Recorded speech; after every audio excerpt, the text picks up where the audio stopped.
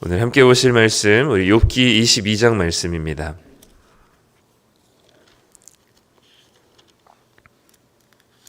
구약성경 783쪽 욥기 22장 1절부터 30절까지 우리 한 장을 다 보도록 하겠습니다.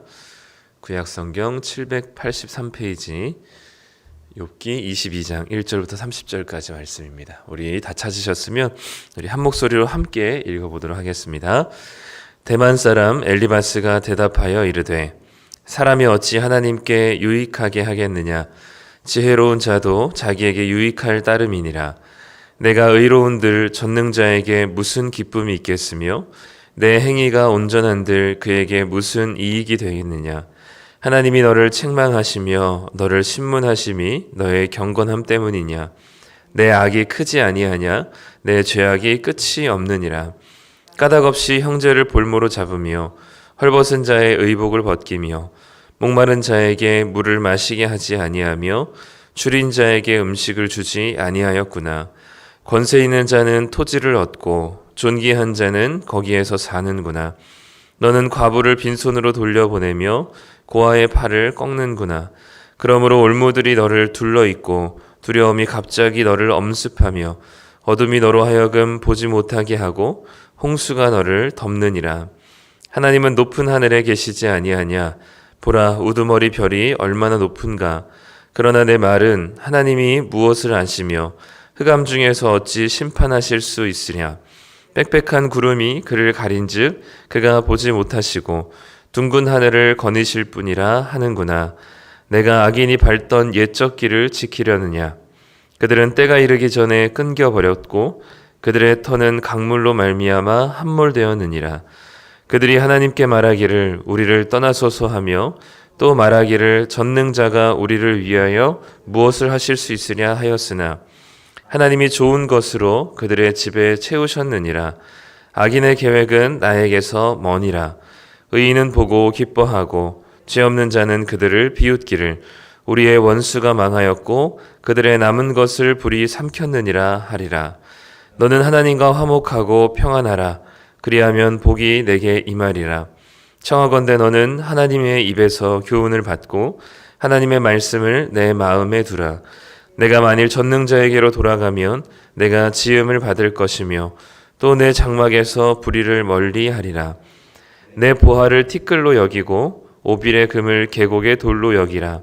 그리하면 전능자가 내 보화가 되시며 내게 고귀한 은이 되시리니 이에 내가 전능자를 기뻐하여 하나님께로 얼굴을 들 것이라. 너는 그에게 기도하겠고 그는 들으실 것이며 너의 서원을 내가 갚으리라. 내가 무엇을 결정하면 이루어질 것이요 내 길에 빛이 비치리라. 사람들이 너를 낮추거든 너는 교만했노라고 말하라. 하나님은 겸손한 자를 구원하시리라. 죄 없는 자가 아니라도 건지시리니 내 손이 깨끗함으로 말미암아 건지심을 받으리라. 아멘. 네, 오늘 욥기 22장 말씀 함께 보도록 하겠습니다. 왠지 욥기는 23장이 하이라이트 같은 느낌이 들죠. 네, 내가 앞으로 가도 보이지 않고 뒤로 가도 보이지 않는데 나를 하나님께서 정금같이 만드신다는 그 욥의 아름다운 고백을 향해 달려가는 것 같아 보입니다. 매번 욥기 이제 새벽마다 보시면 알겠지만 늘 큰 내용들은 사실 바뀌지 않습니다. 욥은 자신에게 주어진 상황들이 자신의 잘못이기보다는 이 세상에서 우리가 보는 대로 반드시 꼭 악한 자에게 하나님께서 재앙을 내리시거나 선한 자에게 하나님께서 복을 내리시는 분은 그런 형식의 원리만 적용되는 것은 아니다라는 이야기로 자기의 이제 이 고난을 변호하고 또 친구들은 그럼에도 불구하고 하나님께서 괜히 벌을 주시는 분이 아니다라고 얘기하면서 욥의 죄악과 잘못들을 계속 들추어내거나 깨닫게 하려고 하는 이제 이야기들이죠. 무엇이든지 어쨌든 처음에는 선한 의도였거나 또는 순수한 의도였어도 이것이 이제 자주 몇 번의 공방이 이어지다 보면 결국은 자기 말이 옳다라는 것을 증명하기 위해서 무리수를 두는 경우들이 참 많습니다. 네, 아마도 제가 보기에는 욥도 그렇고요. 이 친구들도 그렇고 어쨌든 자기의 주장과 자기의 변호를 위해서 이제는 상대방 처음에는 이제 친구들도 상대방의 욥을 위로하기 위해서 말을 아마 시작했을지 모르겠지만 점점 가면 갈수록 자신의 주장이 틀리지 않았다는 사실을 계속 증명하기 위해서 욥의 고통이 점점 이제 이 친구들의 눈에서 멀어지게 되는 결과들이 낳는 것 같습니다. 오늘 욥기 22장은 엘리바스라고 하는 친구의 말인데 이 욥기에서는 이제 마지막 이 친구의 말은 마지막으로 들려집니다. 이 엘리바스의 말은 사실 욥기 22장은 딱 떼어놓고만 보면 굉장히 은혜로운 구절이고요. 참 뭐 고개가 끄덕여지는 정도의 너무나 일리 있는 말입니다. 왜냐하면 1절부터 5절까지 좀 이렇게 한 묶음으로 보면 3절이 좀 그 이야기인데요. 너가 의로운 전능자에게 무슨 기쁨이 있겠으며 너의 행위가 온전한들 그에게 무슨 이익이 되겠느냐라고 얘기해요. 엘리바스가. 그러니까 욥에게 너가 아무리 잘 믿음 있게 그리고 정직하게 그리고 하나님 말씀대로 산다고 한들 그게 하나님께 얼마나 큰 기쁨과 얼마나 큰 유익이 되겠느냐라는 질문이에요. 이 얘기는 바꿔 얘기하면 하나님은 당신을 향한 기쁨과 유익이 모자라서 우리가 필요하신 분이 아니라는 겁니다. 하나님은 그 자체로 온전하시고 부족함과 결핍이 없으신 분이세요. 그렇기 때문에 우리가 뭘 조금 하나님 말씀에 순종하거나 또는 우리가 조금 불순종했다 하더라도 그게 하나님의 영광을 크게 손해를 입히거나 또는 하나님의 영광을 크게 높이는 일들은 아니라는 것이죠. 엘리바스의 말이 사실 전적으로 맞습니다. 하나님이 우리를 창조하신 것도 하나님 뭔가 부족해서 나에게 쏟아지는 이 기쁨과 영광과 찬양이 좀 부족하다 해서 인간들을 만들어서 나를 향한 찬양과 영광을 하도록 만들어야 되겠다 이렇게 생각하시고 당신의 영광과 찬양이 부족해서 우리를 만드셔가지고 하나님께 영광 돌리고 찬양 드리는 것으로 하나님께서 굉장히 만족해 하시고 그런 부족했던 부분들이 충족되시는 그런 분은 아니십니다. 우리에게 당신이 누리고 계시는 기쁨과 삼위일체 하나님께서 누리고 계신 그 큰 은혜를 함께 누리고 계신 기쁨과 그 충만한 것을 그저 우리와 함께 누리고 싶으셨기 때문에 그냥 우리를 만드신 거거든요. 그러니까 당신의 기쁨을 공유하고자 만드신 거지 당신의 기쁨이 모자라기 때문에 우리를 만드신 것이 아닙니다. 그렇기 때문에 우리가 자칫 우리가 이제 하나님 말씀대로 순종하며 살아가야 된다 이제 이런 얘기를 하면서 우리가 하나님 말씀대로 좀 그래도 하나님 말씀대로 좀 순종하고 조금 뭔가 좀 이렇게 손해가 있더라도 그 말씀대로 순종했을 때 우리는 우리 마음이 굉장히 뿌듯하고 막 어깨가 이만큼 올라가죠. 근데 그게 하나님의 영광을 막 그렇게까지 높이거나 그렇지는 않습니다. 그러니까 우리가 하나님 말씀에 순종하는 것이 맞지만 그것이 하나님의 영광을 막 엄청 높이고 하나님께 엄청 큰 소위 이제 유익이 되는 건 아니라는 거죠. 하나님은 그냥 하나님 그 자체로 충분한 유익이 되시고 영광이 충분하시고 기쁨이 충만하신 분입니다. 그렇기 때문에 우리의 이것들이 실질적으로 하나님의 영광을 막 아주 드높이거나 하나님의 영광을 정말 막 땅바닥에 떨어뜨리거나 그러진 않습니다. 근데 이 말이 엘리바스의 말이 참 맞지만 지금 욥에게 이제 얘기하는 이유는 뭐냐면 그러니까 하나님이 너 한 명의 그런 삶에 그 모습 때문에 막 이렇게 축복하고 저주하시는 분이 아니다. 그냥 너는 너 죄 때문에 그냥 스스로 자멸한 결과이지 하나님을 들먹이지 말라. 이제 이런 얘기를 지금 엘리바스가 하고 있는 거죠. 그러니까 되게 좋은 교리적인 내용과 하나님에 대한 이해인데 그것을 이제 욥에게 그렇게 적용하게 됩니다. 그러나 이거는 문맥과 상관없이 우리가 좀 이해할 필요는 있을 것 같아요.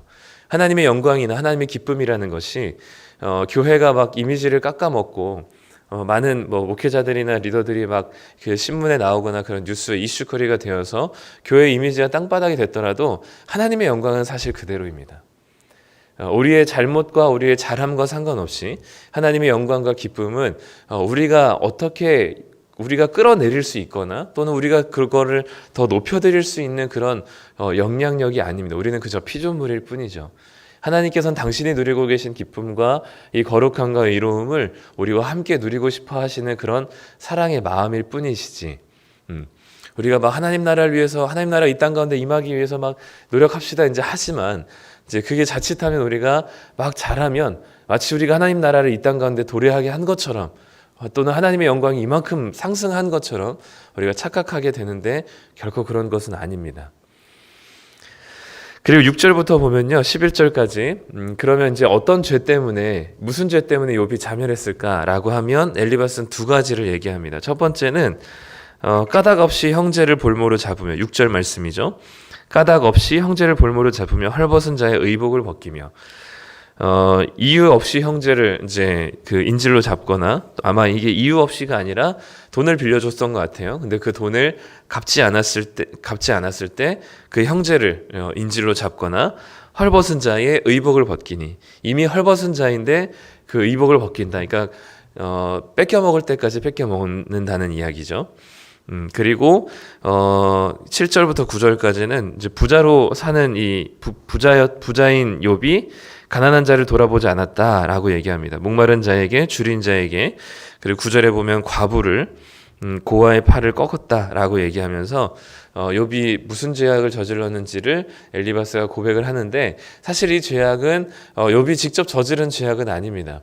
그러니까 엘리바스의 생각에는 이 정도 저주를 당하려면 너 욥은 이 정도의 죄를 저질렀을 것이다 라고 얘기하는 거죠. 그래서 형제들을 그리고 이 학대하고 억압하며 가난한 자들을 선대하지 않았던 그리고 오히려 그들을 것을 더 빼앗았던 이 욥이 그랬기 때문에 너가 지금 이런 상태이지 이 꼴은 아무나 당할 수 있는 게 아니다 라고 얘기하고 있습니다. 그러면서 이제 12절부터는 이제 그러니까 이 엘리바스가 욥의 생각을 추측하는 겁니다. 그래서 12절에 보면 하나님은 높은 하늘에 계시기 때문에 13절에 욥 너의 말은 하나님이 무엇을 아시며 흑암 중에서 어떻게 심판하실 수 있으랴 빽빽한 구름이 그를 가렸기 때문에 이 땅을 보지 못하신다라고 너는 생각하는구나라고 이제 엘리바스 얘기하는 거죠.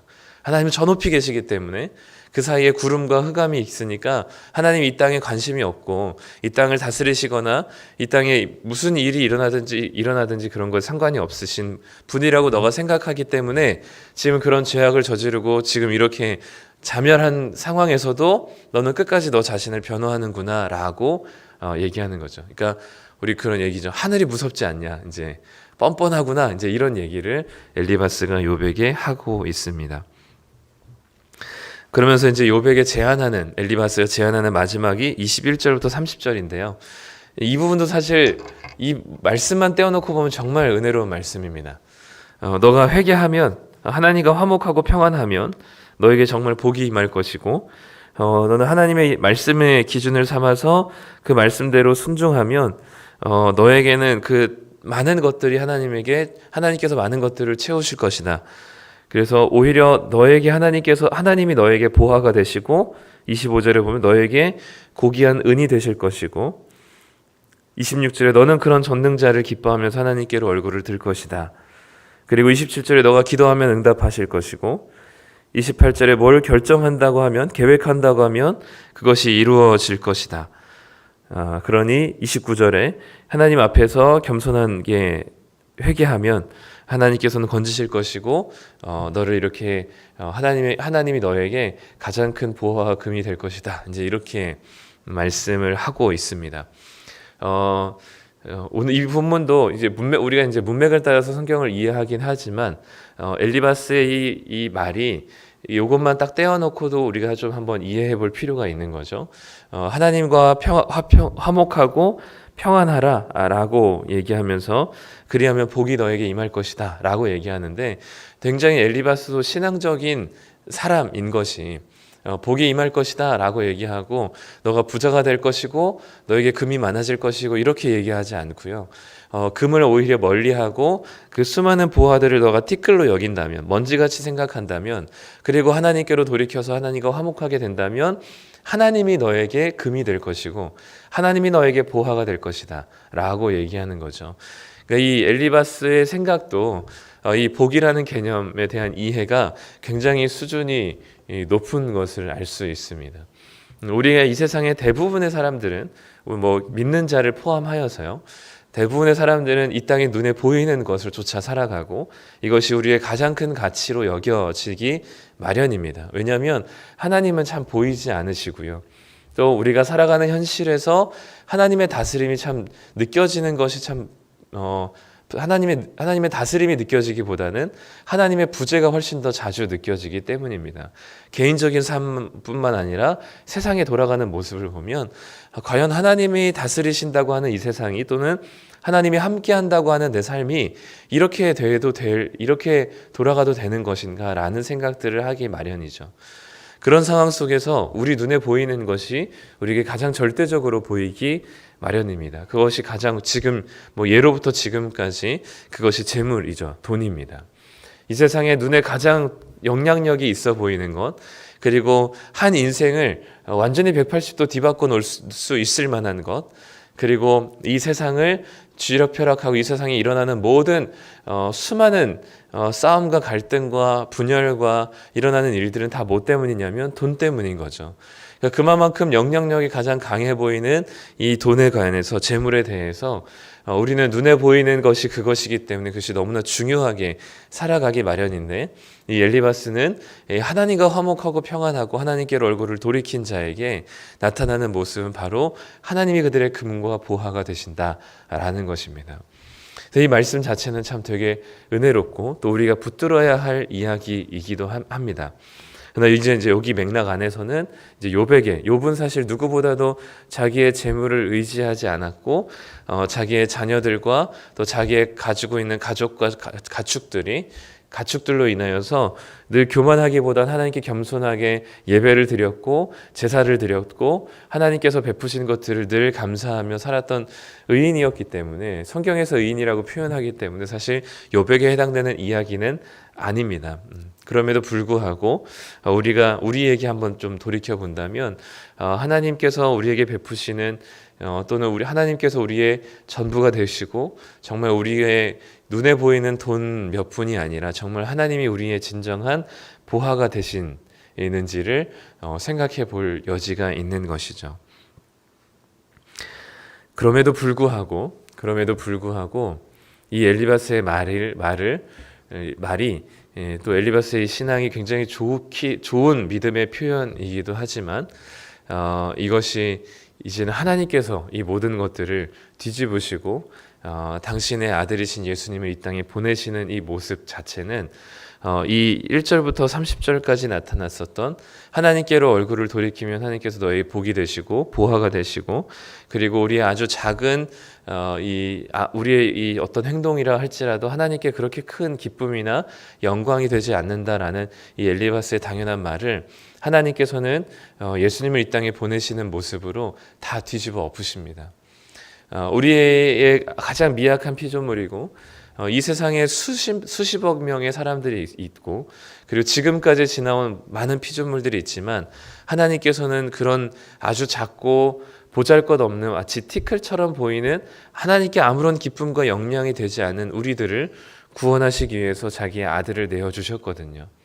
당신의 영광에 아무것도 영향을 미치지 않으시는, 그리고 그 어떤 것도 당신의 기쁨이 될 만한 인간이 없었던 이 세상을 바라보시면서 하나님께서는 이 땅에 당신의 기쁨이 되지 못하는, 영광이 되지 못하는, 그리고 당신의 영광과 기쁨을 함께 누릴 수 없는 이 인간들을 바라보시면서 욥과 같이, 만약 엘리바스의 말과 같다면 이 모든 인간은 자멸하여서 죽어 마땅한 존재임에도 불구하고 하나님께서는 당신의 아들을 보내어 주셔서 다시금 당신의 기쁨으로 우리를 회복시켜 주시고, 우리가 아주 작은 하나님의 말씀에 순종해도 하나님께서는 귀 기울이시고 너무나 기뻐하시며 당신에게 아주 큰 기쁨과 영광으로서 당신이 받아들이신다는 거죠.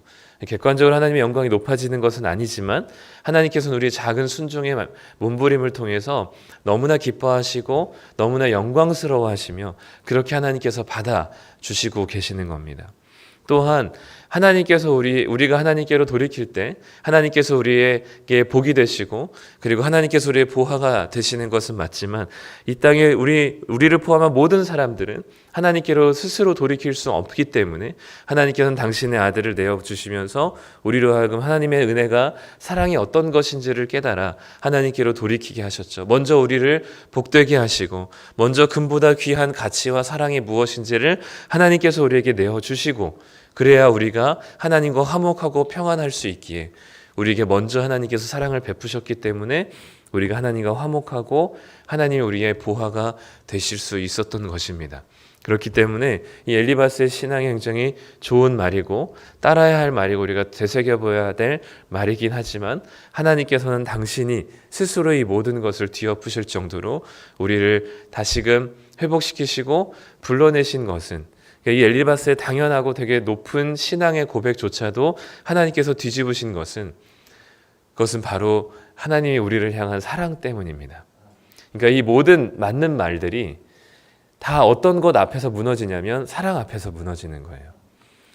옳은 말들 그리고 굉장히 고차원적인 신앙의 말도 하나님의 이 사랑 앞에서는 아무것도 아니게 되는 겁니다. 그러니까 사랑이 사람을 말도 안 되게 하나님의 사랑이 하나님으로 하여금 하나님의 원칙과 원리를 무너뜨릴 만큼 이 사랑이 이 모든 것들을 다 말도 안 되게끔 만들어 버리는 거죠. 엘리바스의 말이 100번 1000번 맞습니다. 그리고 이것이 합당하고요. 이것이라면 진짜 이 정도 신앙이라면 굉장히 높은 신앙이라고 얘기할 수 있고 성숙한 믿음이라고도 볼 수 있지만 하나님께서는 그마저도 말이 안 되게 만드시는 게 바로 하나님의 사랑인 것이죠. 우리에게 베푸신 사랑이 그러합니다. 세상의 그 당연한 진리, 또 우리가 알고 있었던 당연한 개념, 그리고 또 신앙적으로 성경에서 얘기하고 있었던 당연한 가치와 그런 일반적인 이야기들마저도 하나님의 사랑이 그것을 뒤엎으시고 우리를 향해 다가오셨다면 우리는 그 하나님의 사랑과 은혜 앞에 엎드려서 하나님이 정말 하나님이십니다 라고 고백할 수밖에 없는 겸손한 고백이 나타나야 하고요. 나중에 40장부터 보면은 욥이 그런 하나님을 만났을 때 욥의 반응이 하나님 정말 저는 하나님에 비해서 정말 피조물밖에 되지 않는군요.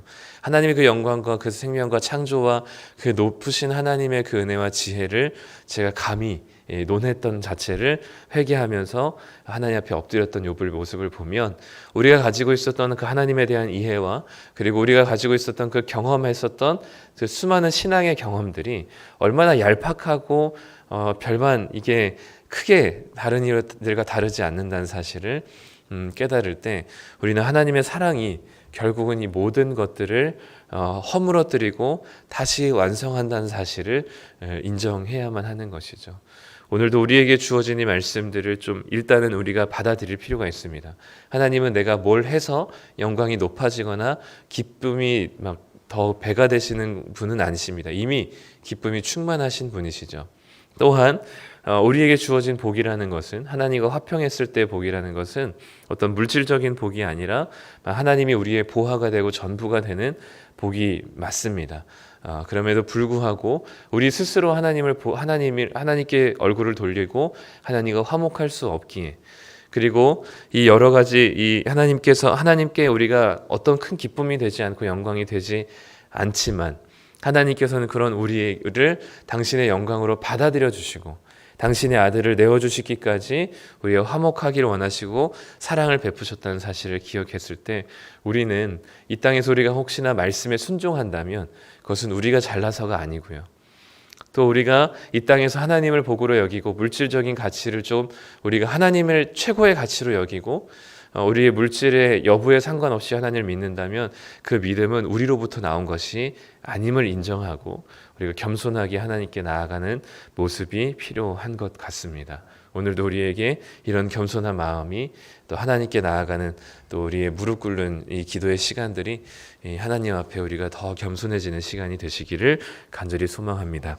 기도하겠습니다.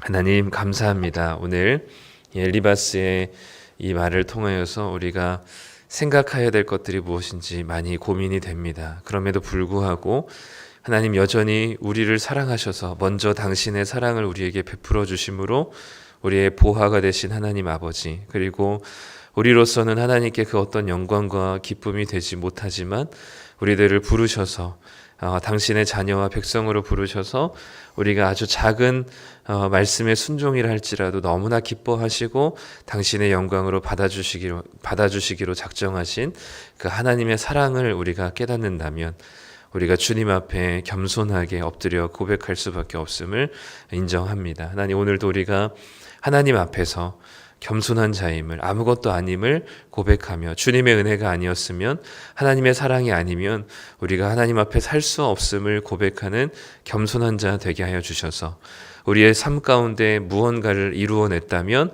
교만하지 않고, 또 우리의 삶 가운데 무언가 많이 무너졌다면 너무나 크게 자책하거나 절망하지 않고 우리의 사랑 되시고 전부 되신 하나님을 붙들고 일어날 수 있는 자들 되게 하여 주시옵소서. 오늘도 우리가 하나님 앞에 겸손한 자, 또 주님께서 베푸신 이 은혜와 사랑을 함께 누리는 자 되어서 주님과 늘 동행하며 살아가는 기쁨의 하루 되게 하여 주시옵소서. 감사드리며 예수님의 이름으로 기도드립니다. 아멘.